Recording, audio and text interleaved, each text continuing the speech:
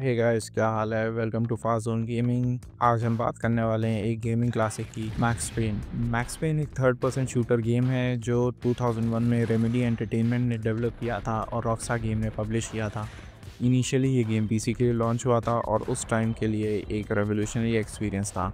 बाद में इसे प्लेस्टेशन 2, एक्सबॉक्स और दूसरे प्लेटफॉर्म्स पे भी लॉन्च किया गया। आगे चलकर मोबाइल वर्जन भी रिलीज हुआ ताकि नई जनरेशन के प्लेयर भी मास्टरपीस को एक्सपीरियंस कर सकें। इस गेम का टोन है नियर नोयर, एक डार्क और सिनेमैटिक वर्ल्ड जहां बारिश, स्नो और शेडो एक अलग ही एटमॉस्फेयर क्रिएट करते हैं। ट्रेडिशनल कट सीन के बजाय ये गेम अपनी story graphic novel style cut scene के जरिए सुनाता है और नरेशन में मैक्स की खुद की आवाज होती है। I hadn't had a face-to-face with Alex since I'd gone undercover. लेकिन मैक्स पेन का सबसे बड़ा हाईलाइट था उसका game play, specially bullet time. Bullet time mechanic ने एक्शन गेम का डेफिनेशन ही बदल दिया। जब मैक्स जंप करता था या डाइव लगाता था तो टाइम स्लो हो जाता था और हर बुलेट हवा में ग्लाइड करती हुई दिखती थी। वो मोमेंट जब मैक्स हवा में रोटेट करता है, डुअल गन्स से एनिमी को स्लो मोशन खत्म करता है, एक सिनेमैटिक एक्सपीरियंस जैसा फील देता है। और ये सब इंस्पायर्ड था हांगकांग एक्शन सिनेमा से, स्पेशली जॉन वू की 1992 की एक फिल्म जिसका नाम हार्ड बॉइल्ड था। जॉन वू की मूवीज में डुअल पिस्टल, फ्लाइंग डर्व्स और स्लो मोशन गन फाइट्स होती थी। रेमेडी ने वही एसेंस कैप्चर किया लेकिन उसमें एक वेस्टर्न रॉय टच डाला। और हाँ, द मैट्रिक्स 1999 से भी गेम ने इंस्पिरेशन लिया।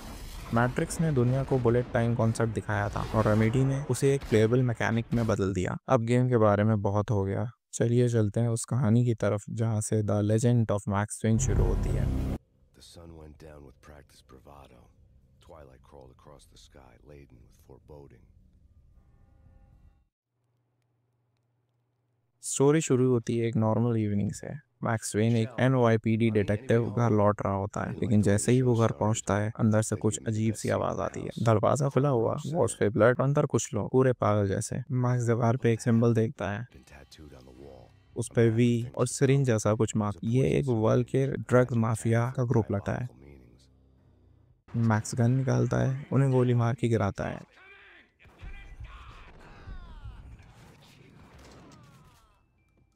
लेकिन जब वो बेडरूम में पहुंचता है, उसकी वाइफ मिशेल और छोटी बेटी रो दोनों मर चुके होते हैं और उस रात सब कुछ खत्म हो गया और एक फैमिली मैन बन गया एक revenge machine. That was 3 3 years साल ago. बाद मैक्स DEA में अंडरकवर एजेंट होता है। वो वेल के ड्रग का सोर्स का ट्रैक कर रहा होता है। Known designer drug Valkyr V. After the funeral, I told Alex I'd be transferring to the DEA. अपने दोस्त एलेक्स वाल्डर के साथ मिलकर वो सब स्टेशन में जाता है। This is Lupino's doing? Lupino's men? Really? You sure know how to pick a place? Can you get through? No, it's locked. We gotta get out of here. If it's Lupino, it's... लेकिन वहीं पर Alex को गोली मार दी जाती है और blame लग जाता है मैक्स पर। अब वो एक वांटेड क्रिमिनल है, पुलिस भी पीछे है और माफिया भी। अब मैक्स न्यूयॉर्क के एक अंडरवर्ल्ड में घुस जाता है। वहाँ उसे मिलता है जैक लुपिनो, एक पागल ड्रग लॉर्ड जो वर्ल्ड के सेल कर रहा होता है। लुपिनो के हाइडआउट में सैटेनिक सिंबल, ग्राफिटी और डार्क चैंट लिखे होते हैं, the flesh of fallen angels. एक ब्रूटल फाइट के बाद मैक्स उसे मार देता है।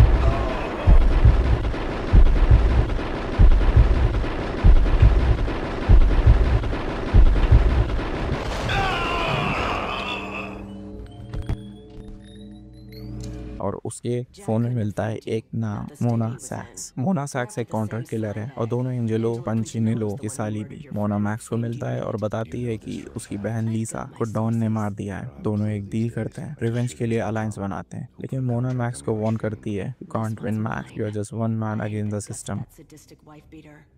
इन शॉर्टली आफ्टर मोना मैक्स के ड्रिंक में ड्रग मिला देती है और मैक्स बेहोश हो जाता है। बेहोशी की हालत में मैक्स अपने नाइटमेयर में घुस जाता है। Mad laughter was a riddle filled with wicked innuendo.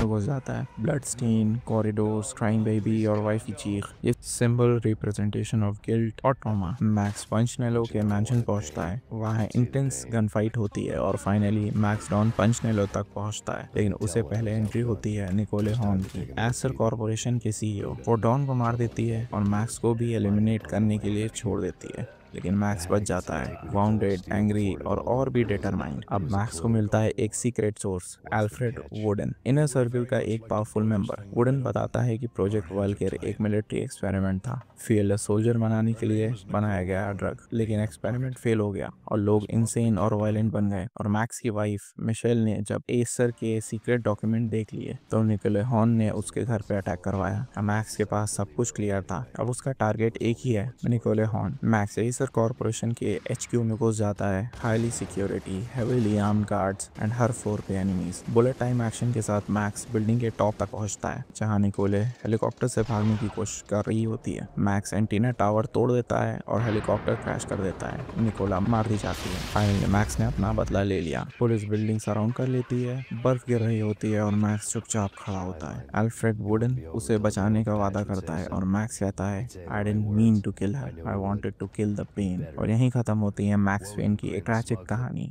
और अब आती है एक सबसे एक्साइटिंग बात, मैक्स पेन 1 और 2 का ऑफिशियल रीमेक डेवलपमेंट है। रेमेडी एंटरटेनमेंट और रॉकस्टार गेम दोनों मिलकर इसे कम्प्लीटली रीबिल्ड कर रहे हैं अपने लेटेस्ट नॉर्थ लाइट इंजन पे। ये वही इंजन है जो कंट्रोल और एलन वेक 2 में यूज हुआ था। रीमेक अब फुल प्रोडक्शन में है और रॉकस्टार मार्केटिंग हैंडल करेगा। फिलहाल रिलीज या अनाउंस नहीं हुई, रीमेक अब फुल प्रोडक्शन में है और रॉकस्टार मार्केटिंग हैंडल करेगा। ये 2026 के आसपास PC, PlayStation 5 और Xbox सीरीज में एक्सपेक्टेड रहेगा। अगर आपको ये वीडियो पसंद आई हो तो लाइक ज़रूर करो, कमेंट में लिखो मैक्स पेन का कौन सा मोमेंट आपको सबसे ज़्यादा टच करता है, और ऐसे ही और गेम स्टोरीज के लिए सब्सक्राइब करो फारजोन गेमिंग।